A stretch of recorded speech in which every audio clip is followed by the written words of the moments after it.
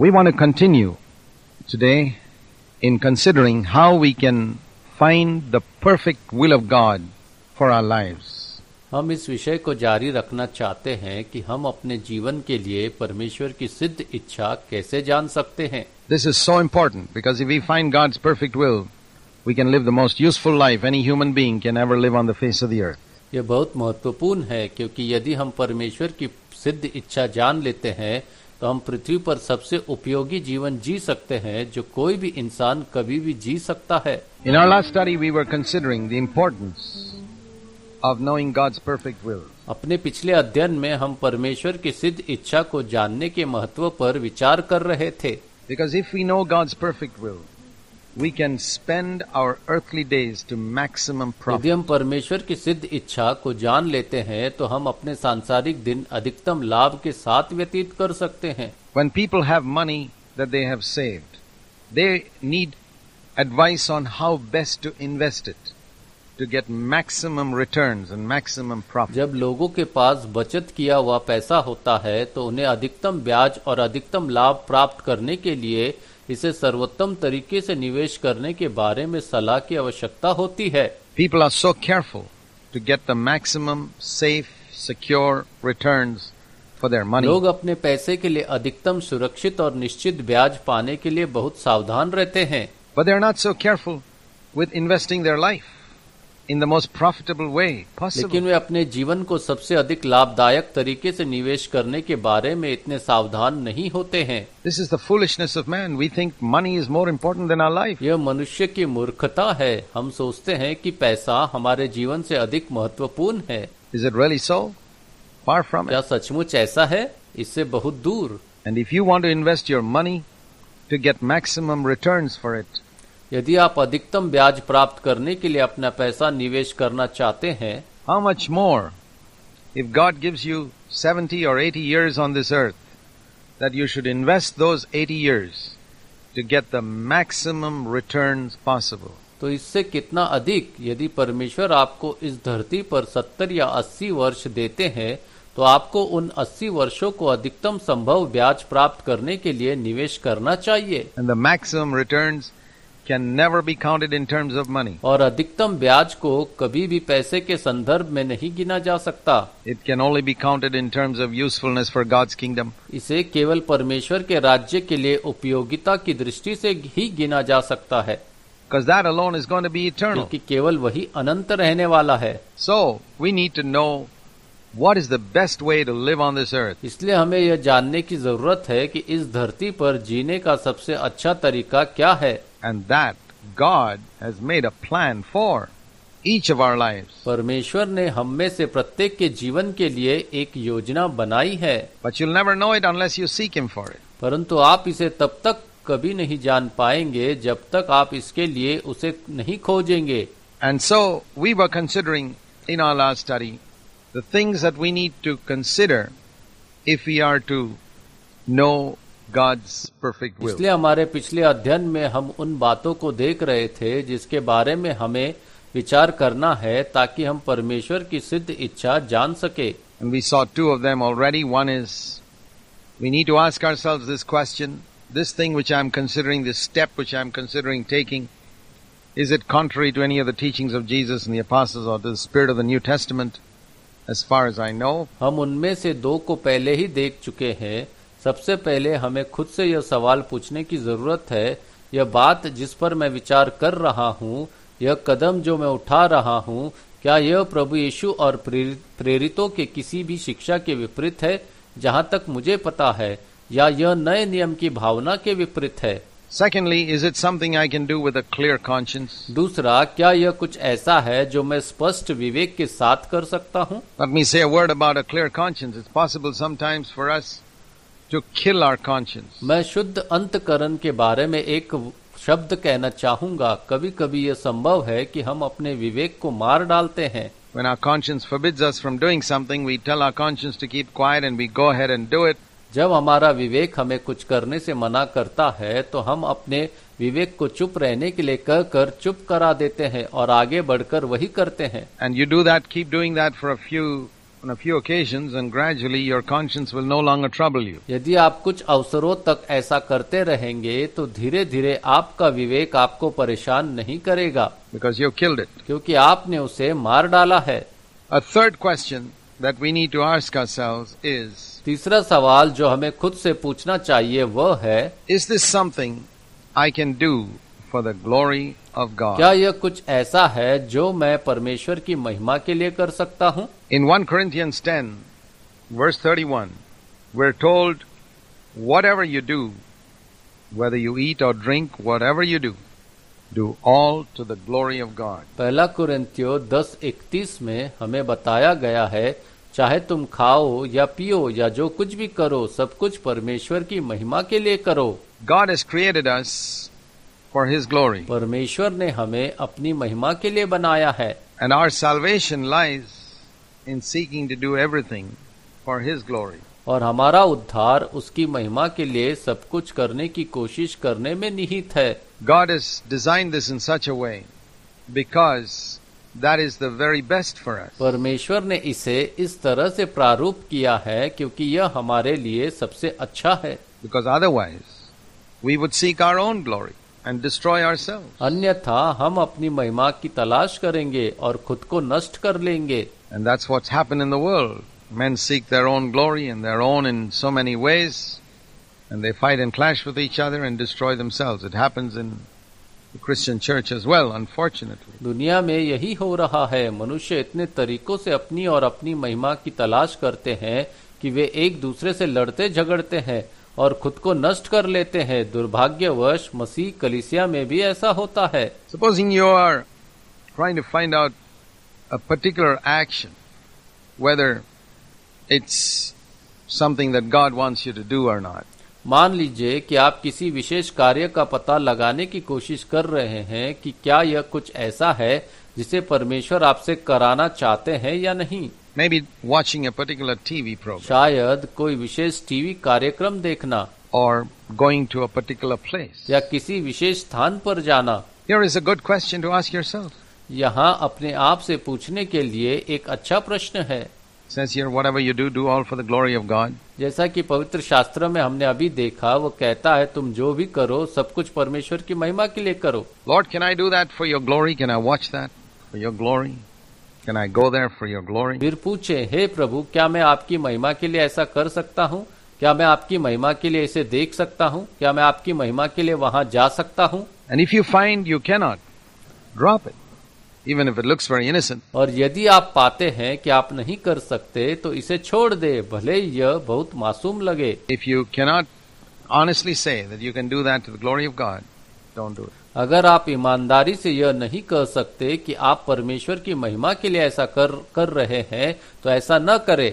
A fourth question you need to ask yourself is it something I can do in fellowship with Jesus? चौथा सवाल आपको खुद से पूछने की जरूरत है, क्या यह ऐसा कुछ है जो मैं प्रभु यीशु के साथ संगति में कर सकता हूँ? Is it something that Jesus and I can sit together and do? क्या यह कुछ ऐसा है जिसे प्रभु यीशु और मैं एक साथ बैठकर कर सकते हैं? Is it right for a believer to smoke a cigarette? उदाहरण के लिए क्या एक विश्वासी के लिए सिगरेट पीना सही है? Well, can you offer a cigarette to Jesus as well and ask him to smoke along with अच्छा, you? क्या आप प्रभु यीशु को भी सिगरेट दे सकते हैं और उन्हें आपके साथ सिगरेट पीने के लिए कह सकते हैं? If so, go ahead. हाँ, तो आगे बढ़े। Is it right for a believer to be drinking alcohol, particularly in excess? क्या एक विश्वासी के लिए शराब पीना सही है, खास कर अधिक मात्रा में? Well, ask yourself, would Jesus join you in such a bout of drinking? खैर, अपने आप से पूछे, क्या प्रभु यीशु आपके साथ शराब पीने की इस लत में शामिल होंगे? And if he won't join you, then you better not go in for that yourself. और यदि वो आपके साथ शामिल नहीं होंगे तो बेहतर होगा कि आप स्वयं इसमें शामिल न हो। Is there a particular movie you feel that Jesus would go along with you to watch? Then go ahead and watch क्या it. कोई विशेष फिल्म है जिसे देखने के लिए आपको लगता है कि प्रभु यीशु आपके साथ चलेंगे? फिर आगे बढ़े और इसे देखें। A particular program on TV. If you feel is good, what Jesus would watch with you, go ahead and watch it. Otherwise, avoid TV it. पर कोई विशेष कार्यक्रम जो आपको अच्छा लगता है, क्या आप प्रभु यीशु आपके साथ देखेंगे? फिर आगे बढ़े और इसे देखें, अन्यथा इससे बचें। Can I do it in fellowship with Jesus? क्या आप इसे प्रभु यीशु के साथ संगति में कर सकते हैं? The Bible says in Colossians chapter 3 and verse 17, whatever you do, in word or in deed, do everything in the name of the Lord Jesus, giving thanks through him to God the Father. Bible कुलिस्सियों 3:17 में कहती है, तुम जो कुछ भी करो वचन से या कर्म से सब कुछ प्रभु यीशु के नाम पर करो और उसके द्वारा परमपिता परमेश्वर को धन्यवाद दो. Everything I do, I need to do in fellowship with Jesus Christ. मैं जो कुछ भी करता हूँ मुझे प्रभु यीशु मसीह के संगति में करना होता है. A fifth question that we could ask ourselves is this. Can I ask God to bless me as I do this particular thing? 5वां प्रश्न जो हम स्वयं से पूछ सकते हैं वह है, क्या मैं इस विशेष कार्य को करते समय परमेश्वर से मुझे आशीर्वाद देने के लिए कह सकता हूँ? Maybe you're in doubt whether something is good or right or wrong. You're not sure. शायद आप संशय में हो कि कुछ अच्छा है या सही या गलत, तुम्हें खातरी नहीं है. Maybe it's a borderline matter. शायद यह सीमा रेखा का मामला है. Here is a fifth question you could ask yourself. तो फिर आप ये 5वां सवाल खुद से पूछें. The Bible says in 2 Corinthians 9:8, God is able to make all grace abound to you, that you always having all sufficiency in everything may have an abundance for every good deed. Bible 2 कुरिन्थियों 9:8 में कहती है, परमेश्वर तुम्हारे लिए सब प्रकार का अनुग्रह कर सकता है कि तुम्हारे पास सर्वदा सब बातों की बहुतायत रहे और हर एक भले काम के लिए तुम्हारे पास बहुतायत रहे. God gives grace and his blessing for every good deed. परमेश्वर हर अच्छे काम के लिए अनुग्रह और आशीर्वाद देते हैं. So ask yourself, and your conscience will tell you, is this something which you can ask God to put his blessing upon as you move ahead? इसलिए अपने आप से पूछे और आपका विवेक आपको बताएगा, क्या यह कुछ ऐसा है जिसे आप आगे बढ़ने के लिए परमेश्वर से उनका आशीर्वाद देने के लिए कह सकते हैं? If not, hold back. यदि नहीं तो रुके. A sixth question. Will my doing this blunt my spiritual edge in any way? 6वां प्रश्न, क्या मेरे ऐसा करने से मेरी आध्यात्मिक बढ़त की धार किसी तरह से कम हो जाएगी? In 2 Timothy and chapter 2 and verse 15, 2 तीमुथियो 2:15 में we read Paul advising Timothy saying, be diligent to present yourself approved to God as a workman who does not need to be ashamed, handling accurately the word of truth.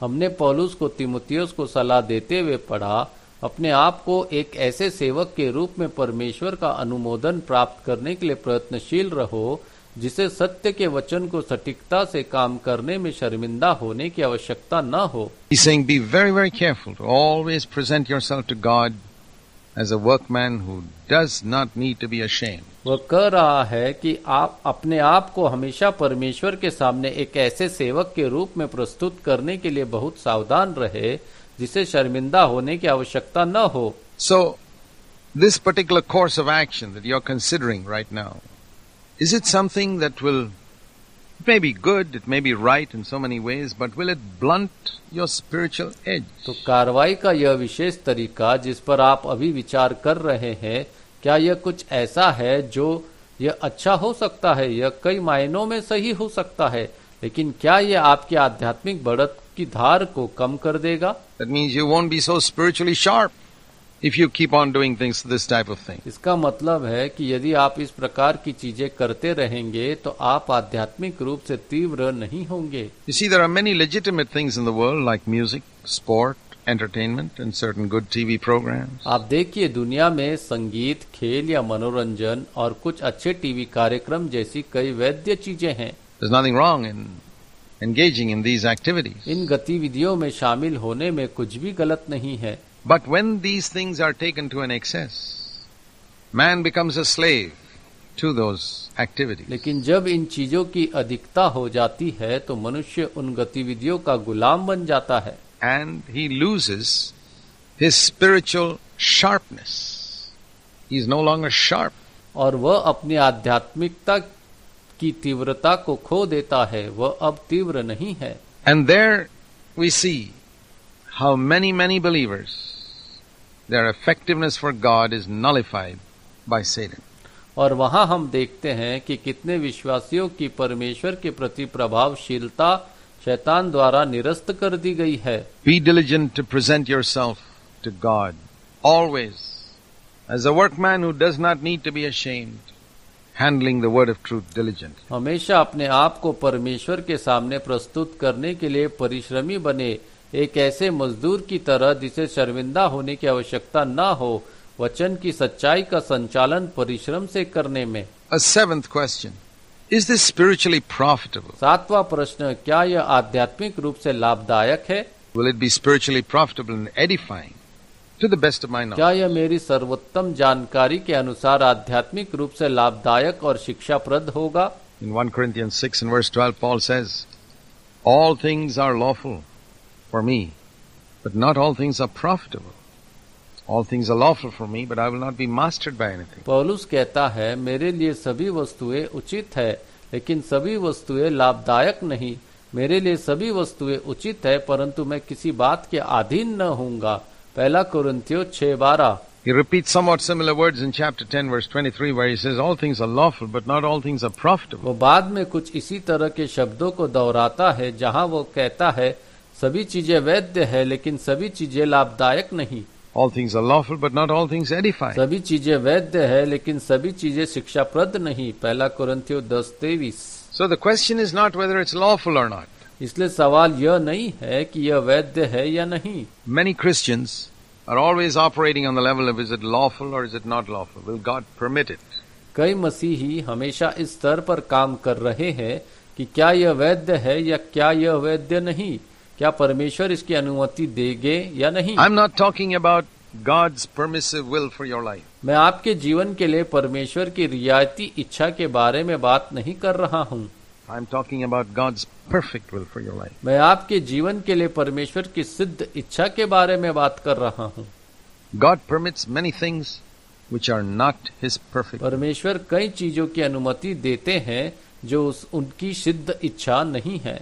So if you want to live in God's permissive will, just ask yourself, is it right or wrong? Don't do anything unrighteous, don't do anything unlawful, and you'll be in God's permissive will. इसलिए यदि आप परमेश्वर की रियायती इच्छा के अनुसार जीना चाहते हैं तो बस अपने आप से पूछे कि क्या यह सही है या गलत। कुछ भी अधर्म न करे और कुछ भी गैर कानूनी मत करे और आप परमेश्वर की रियायती इच्छा में रहेंगे। But if you want God's perfect will for your life, you need to ask one more question. लेकिन यदि आप अपने जीवन के लिए परमेश्वर की सिद्ध इच्छा चाहते हैं तो आपको एक और प्रश्न पूछने की आवश्यकता है। Is this spiritually profitable and edifying? क्या यह आध्यात्मिक रूप से लाभदायक और शिक्षाप्रद है? Is this something that will help me? क्या यह कुछ ऐसा है जो मेरी मदद करेगा? Is it a profitable thing spiritually? क्या यह आध्यात्मिक दृष्टि से लाभदायक चीज है? Is it something that will build me up, help me to be a better disciple of Jesus? क्या यह कुछ ऐसा है जो मुझे विकसित करेगा, मुझे प्रभु यीशु का बेहतर शिष्य बनने में मदद करेगा? And if you ask questions like this, you'll find that you know in your spirit. यदि आप इस तरह के प्रश्न पूछते हैं तो आप अपनी आत्मा में परमेश्वर की सिद्ध इच्छा पाएंगे। Now, when I say spiritually profitable and edifying, don't misunderstand. अब जब मैं कहता हूँ आध्यात्मिक रूप से लाभदायक और शिक्षाप्रद तो गलत मत समझिए। I'm not saying that only Bible reading and prayer and going to meetings is spiritually profitable and edifying. मैं यह नहीं कह रहा हूँ कि केवल बाइबल पढ़ना, प्रार्थना करना और सभाओं में जाना ही आध्यात्मिक रूप से लाभदायक और शिक्षाप्रद है। We are creatures made with a body. हम शरीर से बने प्राणी हैं। And this body has certain needs. There may be times when you need to relax. और इस शरीर की कुछ आवश्यकताएं हैं।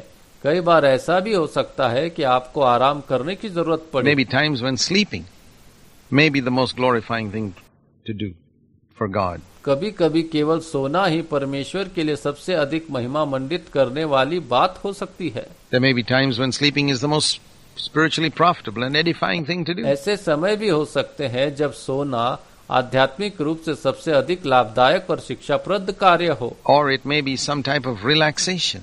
और यह किसी प्रकार का विश्राम या मनोरंजन हो सकता है। Or entertainment, or going a picnic with your children is the most spiritually profitable and edifying thing अपने to do. बच्चों के साथ पिकनिक पर जाना आध्यात्मिक रूप से सबसे लाभदायक और शिक्षाप्रद चीज हो सकती है।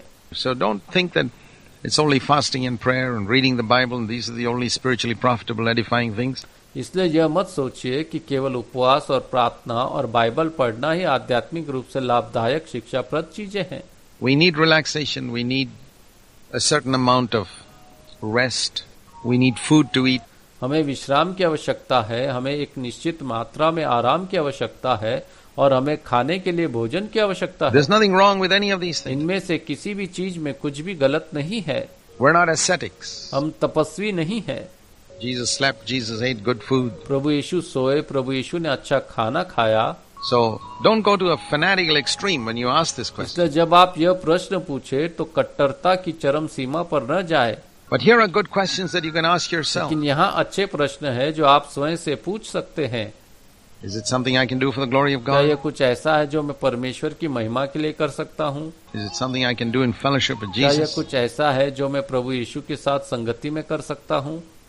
Can I ask God to bless me as I do it? क्या मैं परमेश्वर से ऐसा करते समय परमेश्वर से मुझे आशीर्वाद देने के लिए कह सकता हूँ? Will my doing it blunt my spiritual क्या edge? ऐसा करने से मेरी आध्यात्मिक बढ़त की धार कम हो जाएगी? Will it be spiritually profitable and क्या edifying? यह आध्यात्मिक रूप से लाभदायक और शिक्षाप्रद होगा? And as you answer them, you will know what God's will is for your life. और जैसे ही आप उनका उत्तर देंगे आपको पता चल जाएगा कि आपके जीवन के लिए परमेश्वर की सिद्ध इच्छा क्या है।